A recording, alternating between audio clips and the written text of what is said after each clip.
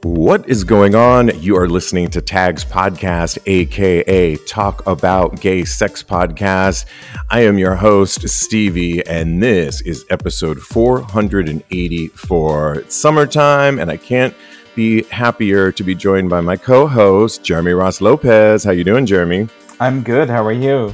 Really, really good. Thank you so much. And of course, joining us, rounding out the equation, is Kodi, Maurice, Doggette. How the hell you doing, Kodi? Hello, darling. I'm doing wonderful. I'm just in from the beach, darling. I'm bronzed and gorgeous. Oh, I bet you are. Ooh. Wow. Loving it. Well, it's summertime, so we love that. And we've got some music things to talk about at the very top. I have to talk about this. It doesn't even really relate to our show, but we have Jeremy on the show, and I just couldn't help but talk about this. Drake is on tour right now, and he's on tour with 21 Savage, right? Mm-hmm. And if you recall, earlier when they dropped their album, Her Loss, back in November, they created these fake Vogue covers. Do you guys remember that, to promote the album Her Loss? Yes. And they were totally fake, but for the most part, if you looked at them, they looked totally real. Well, Condé Nast actually sued Drake and 21 Savage for this because they were fake, right? And everyone thought they were real, up to $4 million.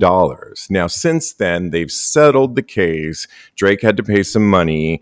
We don't know how much, but this week they are on tour, and I'm talking about Drake and 21 Savage. I put a little link in Zencaster for you to look at it. Essentially, if you go on tour right now, they are posting this AI-generated image that is of a awful monster-looking Ana Wintour with gross teeth, and she's... Oh, yeah, I saw it. Really awful looking, and clearly she's got the sunglasses on, the signature haircut, but she looks like a monster. He also posted it on his Instagram this week as well. So clearly he's not over it just yet and trying to get some revenge back on Anna. But I have to ask you, Jeremy, because Condé Nast is the one that sued Drake for this. Is it low-hanging fruit to come after the woman, Ana Wintour? And I know you like both of them. How do you feel about this?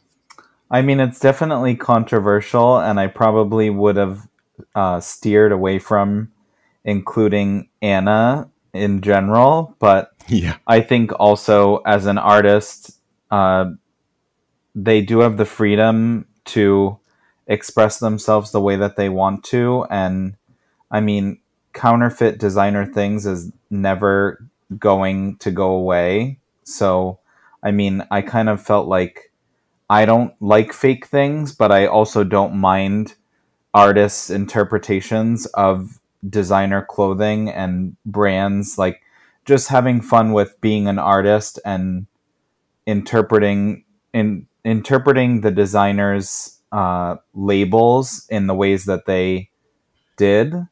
So I feel like it's not that serious, but at the same time, I mean, I understand why they sued and probably won.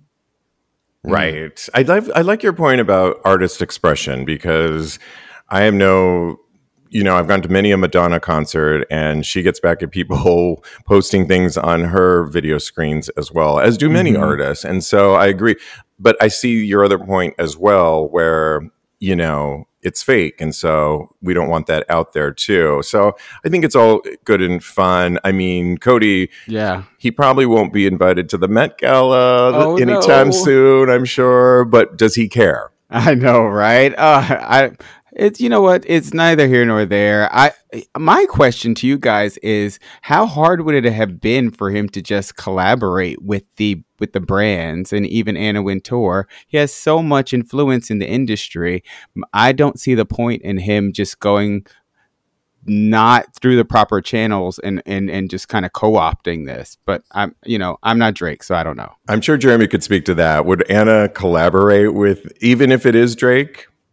I think she probably would, but I'm not Anna, so I can't get in her mind, sign off on that. But I mean, she seemed like they were cordial in the past and stuff. And I mean, I know that she's co-signed to many things that Kanye was, spearheading in the past with Yeezy and Kim on the cover and all kinds of stuff like that. So, I mean, I don't see why Drake wouldn't have just as much pull, but Yeah. I don't really know. But I honestly don't find it to be like crazy. And he's so rich that, I mean, that probably pissed him off that he had to pay the lawsuit, but he probably still has plenty of money anyways. Oh, yeah. So he got to express himself the way he wanted to. And yeah, I mean, And probably doesn't give a fuck. it's that he kind of won't funny get that invited. Anna's as a monster on there, and I don't know. I Yeah. think it's more lighthearted than like Than anything something else, super yeah. serious. It's not hear vicious ya. or vindictive. Okay. Yeah. All right. Well, let's move on to an artist by the name of TROYE Sivan. Sivan or Sivan? I'm not sure. Savan. Sivan, TROYE Sivan, but with his brand new, he's I think he's gay. Yes, he's Yes. in the, Obviously, yes. gay artist. Well, I know, but you just want to make sure these days LGBTQIA where he falls into that. So Oh, I knew right. he was in Okay. the acronym, y'all. But he has this brand new song out that I really like. It's a dance fun bop called Rush with a music video to accompany it. It features things like keg stands that would probably insinuate the whole Rush thing, like frat, right? But it also insinuates Rush, maybe the brand, poppers. And it's a fun song. It's got pot going on, dancers, it's got pole dancers, so much going on. I just think we're in a really good age right now where we're seeing LGBTQ music artists putting out really good. We're going to talk about Vincent in a minute here. I love his music too. And so we could go on and on with all the latest LGBTQ plus artists that are out there that didn't exist before, that are really showing positivity, or not even positivity, but life as we know it when you're hanging out with your friends, going out. First of all, what did you guys think of the video, Jeremy, and the song? I loved it. I thought it was so much fun, and I would love to be a part of any of those little kikis going on. Yeah. Kodi, what'd you think? Oh my gosh, I lived for the song. The song is so good, I pre-ordered his album, and that's some strength. I know, right? Good for you. Well, I didn't notice this the first time around, but apparently there was a teeny bit of backlash on gay Twitter, and it had to do with the body representation that maybe wasn't seen. And we're talking about various sizes and shapes that you did not necessarily see. Although I just rewatched it, and in the very beginning, there is a few people of a certain size that look fabulous to me. And so, but I think in general, Troy's a twink and totally lean and mean. And this is what some of the people had to say about it. They said the door to the Rush music video set, and it's literally 12 inches wide, which was there was a Mariah Carey, the weight limit saying for that they can't fit in there. Exactly. There's the music video director for Rush, and it's this girl holding this chalkboard, and it says, "If you're not thin, you're not coming in." Somebody else wrote, "Just watch the Rush video. Ozempic near me." You guys know about that drug that everyone's taking to lose weight, right? Oh my goodness. More and more on that they didn't see enough representation of body positivity. But I have to say, after rewatching it and actually watching it the first time, I didn't even think of that. In fact, rewatching it, I saw so much diversity of people of color, which and women and potentially non-binary people. And let's face it, I saw gymnasts, I saw pole dancers, and to do any of those kinds of things. And when you're of the certain age that I see in this music video, a lot of people are really naturally thin. Now, talk to me everybody in the cast, if they're not doing what they're doing in 20 years and seeing if they still have those bodies. Now, then we can talk. But I just thought I didn't notice it. And is this just being, not to use a far right term, Kodi, but are they being too woke? I don't think so, honestly. I did notice that there wasn't a lot of body diversity as far as different body types. Like you mentioned, there is a lot of diversity as far as people of color and things of that nature, ladies, and all different types of sexualities. But the one thing that I noticed was missing was the different types of bodies. And you're being honest that you really thought, because 100%. Okay.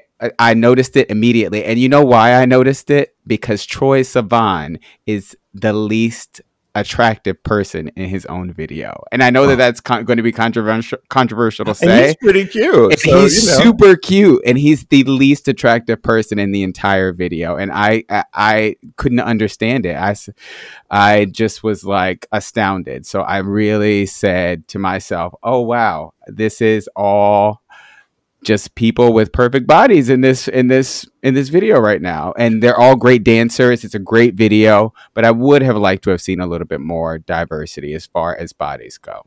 Yeah, it's interesting, Jeremy, because we're in a new era right now. I mean, I can recall seeing Janet Jackson, not this last tour, but the tour before, and all of her dancers were female and of various sizes, and it was really refreshing to see, and they were bomb-ass dancers. I mean, they were doing everything. And then you see things like RuPaul's Drag Race, and again, body positivity and all kinds of things. We're going to talk about some TV things in a little bit later segment of diversity, including body diversity. But what did you think? Did you even notice it, or did you? I didn't notice it whatsoever, and I honestly don't think that it's that serious. Once again, I think the video's fun. He wanted the people that are in it. I don't think that it's every single person and every walk of life has to be included in every single video and every fashion show. So in my opinion, I think that they cast who they wanted, and that's who's in the video. And I just think there's really nothing to complain about here. I mean, I'm going to kind of go with that one too, because I really didn't notice it at first. I did see the people of color. I just think, are we at a point now where everything we're going to hyperanalyze and, oh, you didn't have this quota? Well, that's what I like, the positive outlook of things. And I just think, wow, it's fun. It's fresh. There's interesting looking people in it, and it's exciting. And it's not like every other music video that you've seen. And it looks like a fun Kiki, and I didn't think of what's missing from it. Kodi, final word. Yeah, I did notice, and I understand what you guys are saying. I do think that it would have helped to have a little bit more diversity. It sends the wrong type of message for me personally about what's beautiful, and I think that really, I don't think that that's the message that he wants to say. I feel like he's the type of person, and I don't know him personally, so I could be way off base. He's the type of person that likes for inclusivity and likes for people to feel like all different types of bodies are beautiful. That's just from my viewpoint.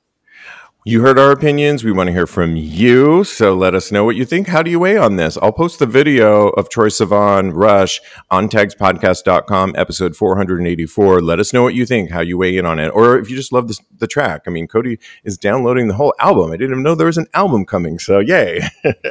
Okay, moving on. We've got to talk about Dan Benson. We've talked about him before. If you recall, he is the former Disney actor that now is moved on, and he has an OnlyFans page that's very sensual, and he is straight, FYI. So that's sort of the background. And he is been recently talking about his OnlyFans, and he said, I'm not going to have sex with men on camera because everyone wants to see it. Says the 35-year-old Disney star. He told that to Page Six. What about off camera? Okay, well, so this is the part that I want to get into. I know, right? Oh, sorry, I'm jumping the gun. No, that's okay. He said, I don't want to look back in 10 years and go, okay, I made all of this money. I got all this fame because of this, but goddamn, I was doing all these things that made me feel uncomfortable just for that.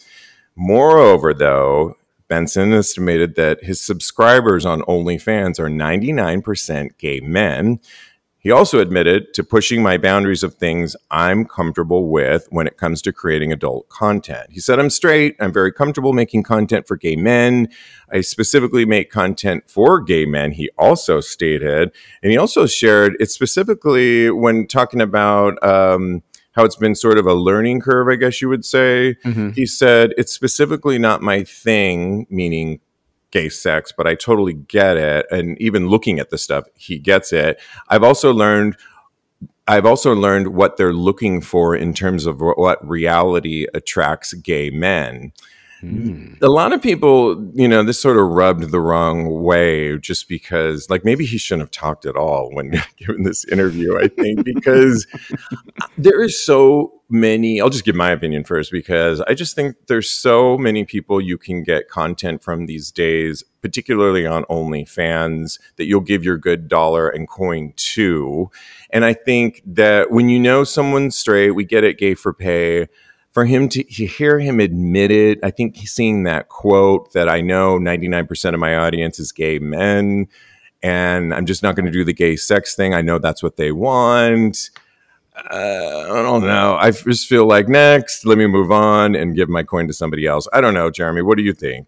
I don't think he's not marketing very well, and I think that if he left it a little bit more open-ended and didn't say never or not going to, it would be sexier and more alluring to entice his viewers. But I guess that's not the route he's going, and he's totally not my tea, but I can see why certain gays would like him.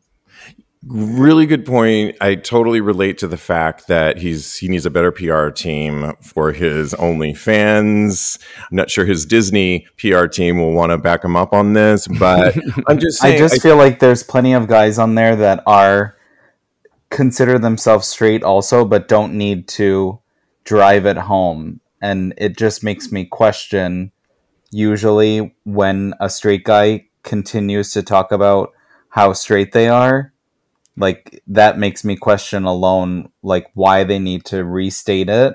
Just don't have sex with men. Exactly. Don't, let a guy fuck you. You know what I mean? Like, and you don't need to discuss it. Don't discuss it, because I've been with dancers before, gone to the back room that I know they've told me, I just know they're straight, but I can go pretty far with them, and we don't really have that discussion on, my girlfriend back home or this or that. Huh? They let me know sort of the limits. I've been, let me just say, with an escort in my lifetime before that I know was of a different persuasion than myself. And again, they let me go as far as they let me go, but it wasn't this discussion. Do you think when you put it out there, particularly in his case, like in media, that 99% of my client or the viewers are gay, but I'm never going to do that, I know that's what they want, is a turnoff, or do you care? I don't really care. I think that honestly, it's a little bit better that he is saying that he is straight and that he understands what the gay men in his audience would like to see. I think it's much better than the gay baiters out there that pretend that they are gay, and not even leaving it ambiguous. They just pretend that they're gay and they're 100% straight. They have girlfriends. They have all these things, living a complete lie on the internet. And I think that because Dan Benson is being a little bit more authentic with who he is, I think that that's better. I don't understand why. I don't really see the kerfuffle as far as why people are upset with him or why they care that he's straight and he doesn't want to have sex with other men. At least he's let me know. Jeremy, final word. I'm sticking to what I said before. I love it. I'm kind of with you too on that one. So yeah. Okay. Well, again, on this one, let us know. Are you going to subscribe to Dan Benson? He might not even be your type to begin with, but what are your thoughts on what he just recently shared? let us know. We'll report back. Okay, well, CNN got blasted recently for misgendering Dylan Mulvaney. We all know Dylan Mulvaney, yes, TikTok star, the one that recently was in the news for Bud Light, for having her picture. Bud Light centered the picture with her face on the can. Everybody went crazy over it on the far right, and it was a whole more than a kerfuffle. And she's been in hiding, actually. She went to Europe, and I think she's back recently. So CNN actually got into the mix on this segment last week when correspondent Ryan Young, who I actually like on the show, or when he's on, but he misgendered TikTok star Dylan Mulvaney when he was talking about how she's gone into, it was basically retelling this story and where she's at right now with all this. And he did not call her she. He referred to her as he, not once, but twice. And that to me was crazy. I mean, later, no one corrected it. Anchor Kate Boldoon noted that Bud Light sales had fallen 28%, and she didn't say anything, but the next day she came on air and said, yesterday we misrepresented Dylan Mulvaney's gender, or excuse me, the pronoun, and referred to her as he when she is a she. To me, this one's like, how could you not know? I get it when people go by they and them, and you don't know that. And I think a quick correction, I think I saw it on a recent episode of And Just Like That, and somebody said, maybe I'm making this up perhaps, but I'm pretty sure it was Miranda that was telling Che, well, she, and they said, oh, they, and she said, oh, excuse me, they, and corrected. So I get it when it's a they situation and somebody politely corrects you and you just go, okay, great, they, yep, move on. But a CNN anchor not knowing that Dylan Mulvaney's a she, a transgendered she, does that strike you as odd, Jeremy, or what are your thoughts? I just think it's ignorant, and they know what the newscaster knew what they were saying, and you think they knew? I think they knew. I don't think that it was done by accident, and I also just think, put yourself in that person's shoes. Would you like them to be talking about you and accidentally call you she? Wow. Yeah. Okay. Yeah. I didn't even think of that, but good point. I am with you. I am 100% full force sass today. I know. And I live for that. But I agree with you wholeheartedly. I think that this is insane. It was definitely deliberate, because my reasoning is Dylan Mulvaney is very female presenting, and like you said, people going by the they them pronouns, your mind is kind of, society has hardwired us basically to go by how people are looking, quote unquote. And if it wasn't deliberate, this anchor would have been hardwired to say she, because Dylan is very female presenting. It was completely deliberate, and this person should be reprimanded, honestly. And I also feel like all of them are professionals, so they don't misrepresent like presidents and other people that they speak on and talk about daily. So it's like, I don't know, it just does not seem like a just misstep. Here's the other thing too, is all of them have earpieces in their ear at any given moment in time, and somebody should have known on production that she correct it. Yep. And even if it wasn't in his ear, he was talking to a reporter in studio, which she definitely had a production team behind her, and somebody could have shouted out to her, please correct it on the spot. It took a day for them to correct it. And how this story has been out forever. Dylan's been in the news for months, and to be talking about this last week is odd. And I think, and if you check the tapes at CNN, that they've talked about Dylan before and referred to her as a she. So Ugh, You okay. should know it's a slap in the face if you ask me, to the trans community. Cringe. And Yeah. okay. Well, we have to talk about, there's a couple things I want to talk to you guys about. This anti-hate crime that happened over the weekend. And it was with a guy by the name of Greg Breidenbach. It was in Coconut Grove, Florida.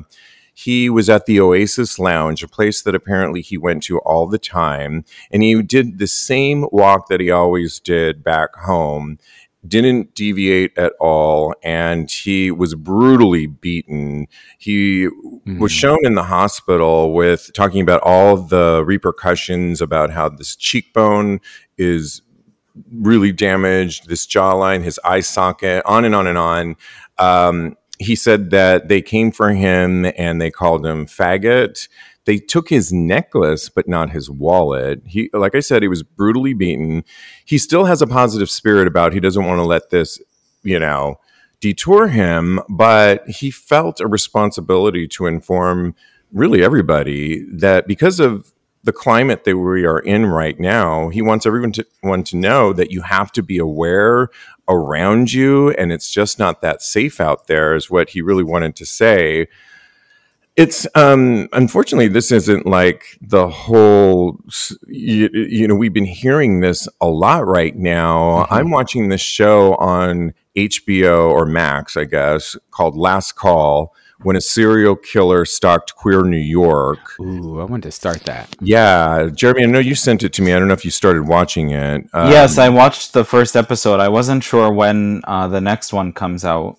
So it's every Sunday. I watched episode 2, and I highly recommend episode 2 because episode 2 is you still haven't caught, we're going to find out, did we catch this serial killer? I'm sure by the end of it, but episode 2 featured a man that was Puerto Rican and didn't get featured well in the news because he was a prostitute. And of course he was a person of color. It was the 70s. What the show really does show is during that time, Anita Bryant, I don't know if you guys know who she was. We don't really want to know who she was, but she was an anti-gay advocate. She won like Miss Universe or one of those Miss pageants back in the day.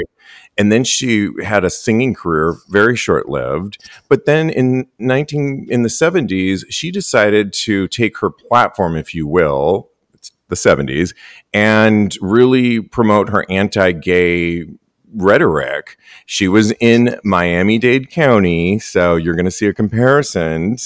And one of her campaigns was Save Our Children. Does that remind you of anything of current day that we're seeing today that is almost paralleling? I'm talking about DeSantis and how I really feel he also in Miami, Florida, has been part of the impetus for this anti-gay rhetoric that everybody across the country has glommed onto. And what you learn about, not giving away too much in this documentary, is that when it starts at the top or when it's presented in the news, it is, again, to use that term, low-hanging fruit. It's glommed on by people of a certain, thought process.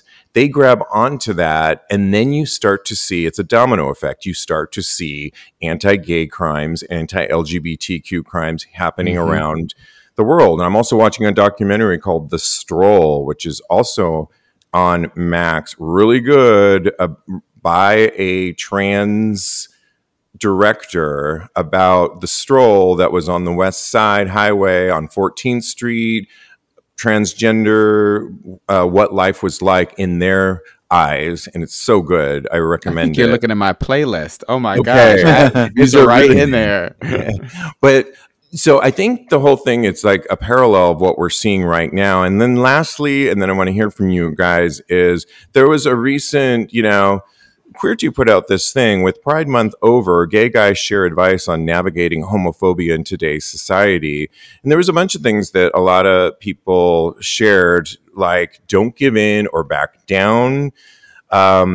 Elections matter. Obviously, your vote matters, I think is what they're talking about. When I encounter homophobia, somebody said, I confront it. Being more out there than ever can only help. No need for that negativity in my life. It's interesting because I think, does it almost make you want to take a self-defense course, Jeremy, just so you're prepared and ready? And what are your thoughts on this? It does. It's like really actually scary and disheartening. And I think that it's really good advice to just always be aware of your surroundings and pick up on social cues of when you are in danger or leaning towards that. Absolutely. Absolutely. I mean, you just, I feel for this Greg Brindenbach, and I like his messaging. I like his positivity, and I like his warnings as well. Kodi, what do you think when you hear all this? Oh, yeah, no, I agree with you guys 100%. This is really sad and, like Jeremy said, disheartening. We have always preached that people be aware of their surroundings, no matter where they are, and just to make sure they're as safe as possible. I personally have felt that walking on the street here in New York City, that sometimes in some ways things are not as safe as I would want them to opportunely be. And I think that the more you are aware of your surroundings, the better off you will be. So please be safe out there, and please take care of yourselves. Well stated. And we want everyone to be safe, and let us know what you're doing to be safe, particularly when you're in big cities like this, or anywhere really, because it could happen anywhere and we don't want anything to happen to you. Oh my God. And on a funny note, I remember Anita Bryant's the one that they smashed in the face with a pie when she was saying an anti-gay speech. And if you Google the picture, it's literally amazing. I know you would love that too, Jerry. That would be up my angle too. Oh my! So she was literally in the middle of like a huge rant against the gay community, and someone somehow smashed a pie right in her face, and it was a cream pie, so she has whipped cream all over her entire face. I am Googling it the second this show is over, but also putting it up on TAGSPodcast as well. Thank you for that, nasty ass bitch. Let's switch gears. We said that we were going to talk about another LGBTQ artist out there. I'm talking about Benson, who, I love his music, by the way, and I just think he's so cool. Out.com did a whole thing on him in their prep series, dating prep series, I might add. And when asked, what's your thoughts on dating today? And he said, annoyed. But that's not stopping him from looking. They asked him, what are you looking for in a partner? He says, you have to be funny. You have to be able to make fun of yourself. Also, communication. I love a good communicator, and nothing else matters if you're not open with the person that you're with. Another important quality he's looking for is spontaneity. Okay, I have a little something to say on this, because he said a recent date of his turned into a swoon-worthy romance. Quote, I was recently in London last year and met a boy. We grabbed a drink and he asked me to dinner. And then the next day he called me and asked me to go to France. Vincent says with disbelief before referencing one of the worst dates of his life. One of his worst dates of his life was all they could talk about was the Bravo show, Real Housewives. But okay, because we had Archer, on Michael K of Archer on the show, Tags Live, Kodi and I last week, and I filled out my profile. I went to the launch party, and one of the owners said, I was introducing myself, and I was just saying, I really love this, and I love what you guys are doing. And he said, I know who you are, and I read your profile, and I really love it. We're looking for people to educate or help other people create really good profiles, and I really like yours. Would you be in? I said, yeah, count me in. Wow. But one of the things, talk about spontaneity, is I wrote, I'm a planner. I like planning travel, get-togethers, great food and wine, cocktails, fitness, hikes, cooking. And by the way, I'm the host and creator of Tags Podcast. I really mean that when I'm a planner. I mean, even Kodi asked me to go to the beach yesterday, and I was like, anxiety. I am such a planner in life. But let me just say, if somebody said, but do you want to go to Paris tomorrow? I could be spontaneous too, Vincent. I mean, let's just keep it. I can't make it to the beach, but I can definitely go to Paris. Right? That's well from that. Come on now. Okay. Like that was his example of spontaneity. It's like, yeah, okay. I just think I put a planner because I think so many people are not. And to me, it's like, don't just knock on my door. I plan everything. I don't know, Jeremy, what are your thoughts about what he's saying and dating, and what do you agree with and don't agree with? I kind of agree with almost everything he said. I think that having a sense of humor and being able to make fun of yourself is definitely important. And I also think that communication is key. And I'm a lot more attracted to people that don't take themselves too seriously and can make themselves like the butt of a joke.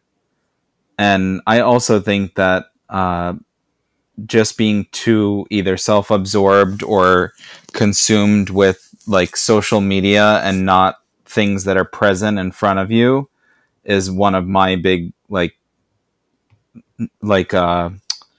of the things I look for in someone.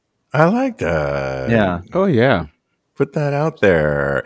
So Vincent also says, Kodi, that overanalyzing before you go on the date is a huge mistake. Do you agree with that? Oh yes, definitely. You can't Google them before you go out on the date because then you come in with preconceived notions. So you have to go in fresh and open to new ideas and new possibilities because you never know where it could take you. It could take you to Paris. It could take you to the beach.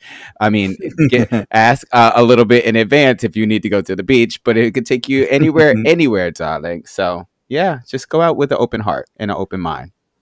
I'm not going to sing Open Your Heart by Madonna, but yes. Okay. Let's move on to give some advice here. And we're talking about talking during sex. They wrote on a Reddit recent thread, hi bros. Hi bros? What? Okay. Maybe they're referencing the movie. I don't know. If the shoe fits. They're talking to us, darling. Yeah. Hi, ladies. So this occurred to me the other day. I was having an encounter with a fellow gay, very casual, first hookup between us. And I noticed how much I was talking. I mean, not about the weather or anything random. It was hot, sexy talk.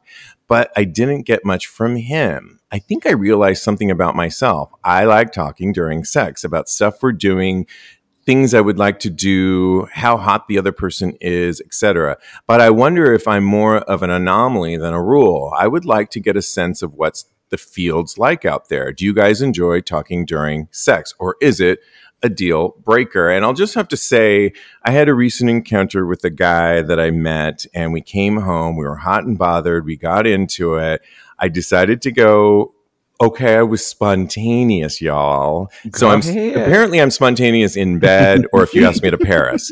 But I was spontaneous and went for one of my fetishes, feet, because I noticed he had great feet. And I went to town, and he was so into it that he took over the talking of during sex and started saying all these things that next time he's going to wear his shoes and get on the treadmill and wear the same socks, and then he's going to make me smell them, and then he's going to come on his socks, and then he's going to put it in my mouth. And Lord, I know, and it was working. And so, you know what, I am spontaneous, y'all, and it was hot and really hot, I have to say. Jeremy, talking during sex or deal breaker? I don't really love a lot of talking. I do like positive reinforcements, and I like a little like grunts and fucks and stuff here and there, but I don't love like full-blown conversation at all. Right. I mean, we're not talking weather, though. You knew that, right? I was going to say that. Oh my gosh. I know we're not talking weather, but I'm just saying, like, I don't love like a lot of it, or like you expecting like a full response back. I don't know. It's definitely not something that I love. It's something you have to. I mean, there was one, but it's like organic. I mean, it's on the spot. It depends with the person.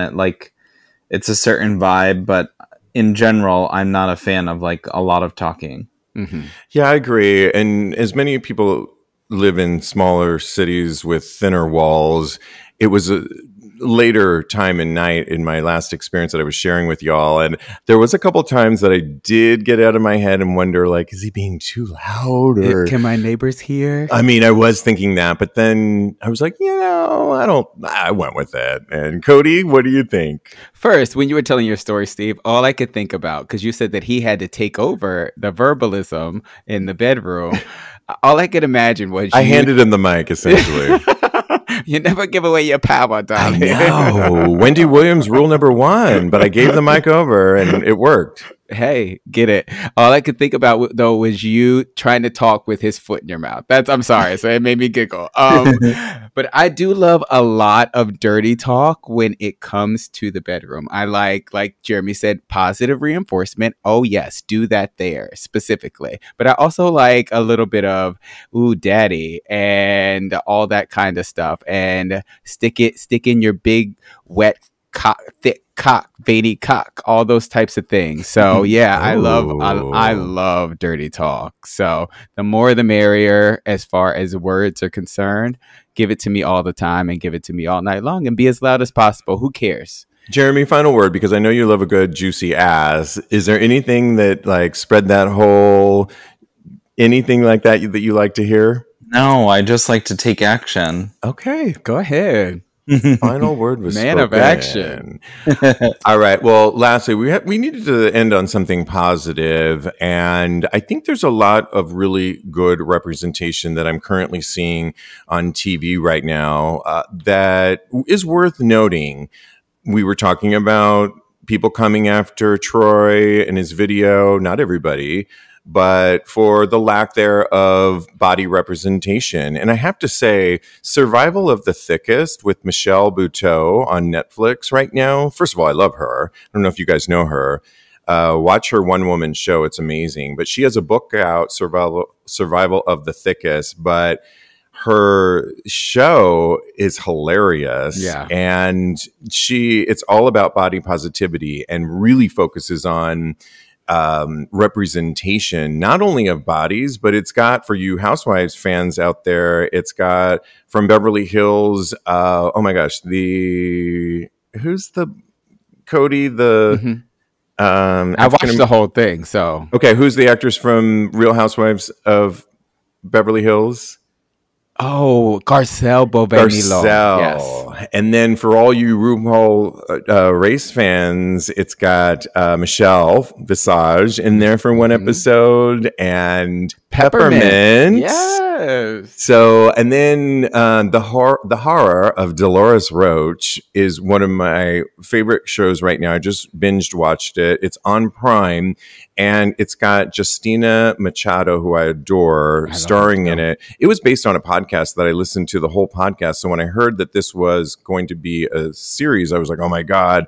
And there's a trans actress in it, and that's, they don't make a big deal about it. She's just there, and she's fabulous. Also, Cyndi Lauper, for y'all Cyndi Lauper fans, does a really good job in it.